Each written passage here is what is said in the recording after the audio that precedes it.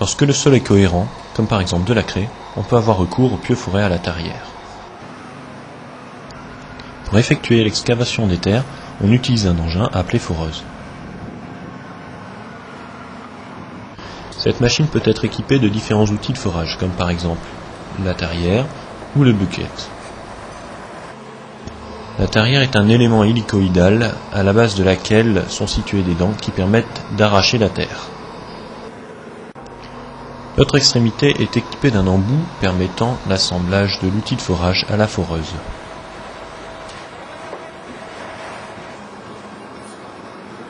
Le bucket est utilisé pour les parties de forage en présence d'eau.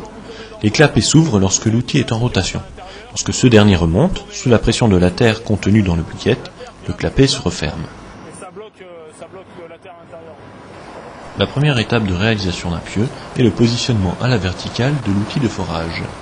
Le point d'implantation du pieu est naturellement positionné par le géomètre. Puis on reporte le point d'implantation du pieu par l'intermédiaire de 3 piquets. Ce report permettra de vérifier le bon positionnement de l'outil de forage une fois la mise en fiche effectuée.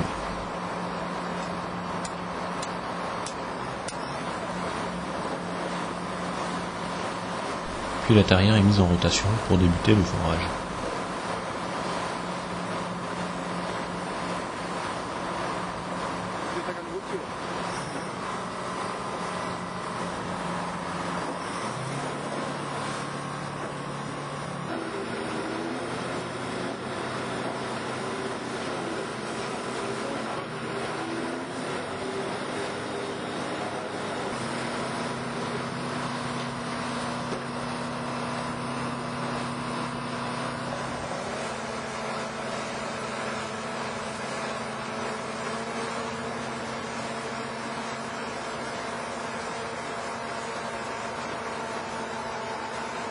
Ce pieu est réalisé avec extraction de sol.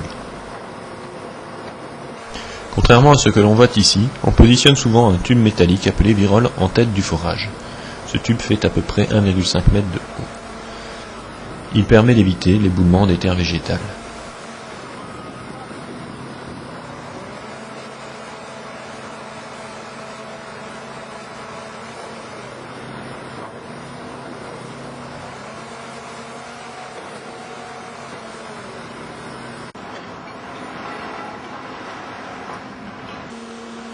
Le Kelly est un tube télescopique.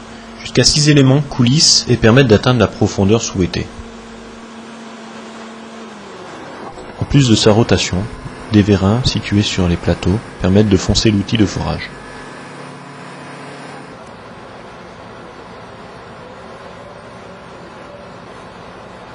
Lorsque le forage est rendu difficile par la présence d'eau, on dégoupille la tarière pour fixer le bucket.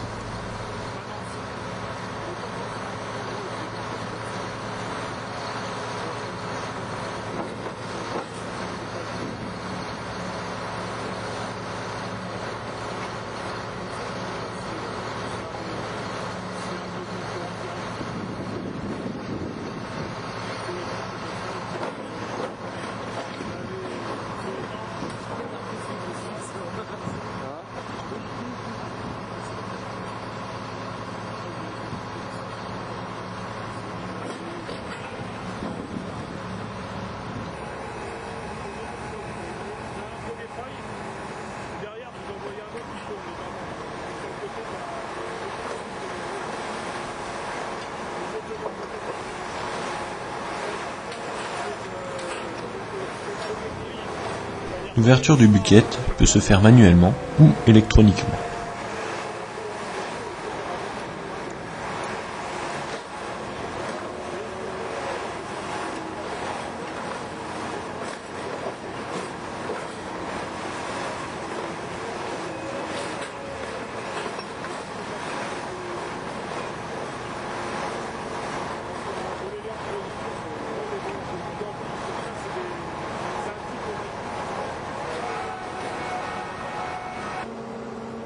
Dans la cabine, des manettes permettent au foreur de contrôler précisément sa machine. Le rétroviseur sert à connaître la profondeur de l'outil de forage grâce à des repères positionnés sur le câble. peut aussi connaître la position du forage par l'utilisation d'un fil à plomb. Une fois le forage terminé, on peut positionner la cage d'armature. Sur celle-ci sont soudés des centreurs, parfois métalliques. Ils permettent de respecter le bon enrobage de la cage d'armature. Cet enrobage est très important pour la durabilité du pieu.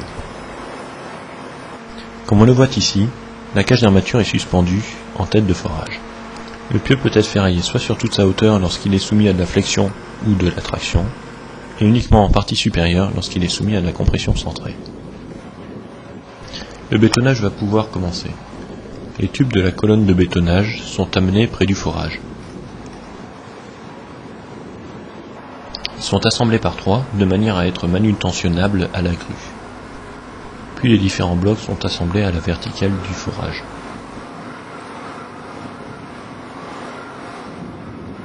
On graisse la partie femelle de manière à faciliter l'emboîtement.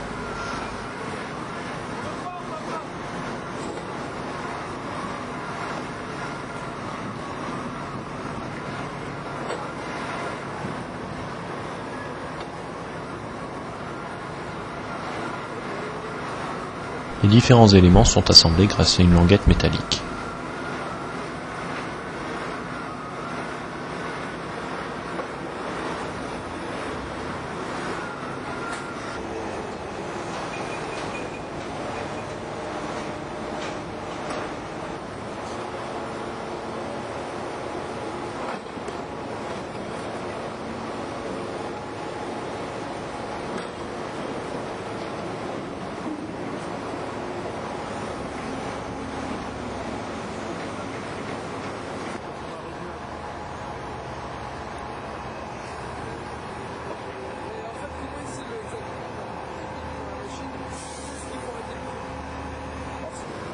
On ajoute une sorte d'entonnoir en tête de la colonne de bétonnage.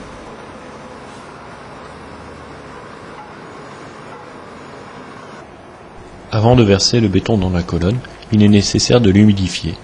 Le mouillage évite au béton de venir obstruer la colonne. Ce n'est aucunement un ajout d'eau de gâchage. On peut enfin verser le béton dans le forage. La colonne de bétonnage permet d'éviter la ségrégation du béton et de limiter les éboulements. Tout au début, le béton entre en contact avec le sol. Il est donc de très mauvaise qualité. Ce béton pollué sera remonté puis évacué. Pour ce faire, il est nécessaire d'injecter le béton frais en dessous. C'est pourquoi une garde de 3 à 5 mètres des tubes est obligatoire.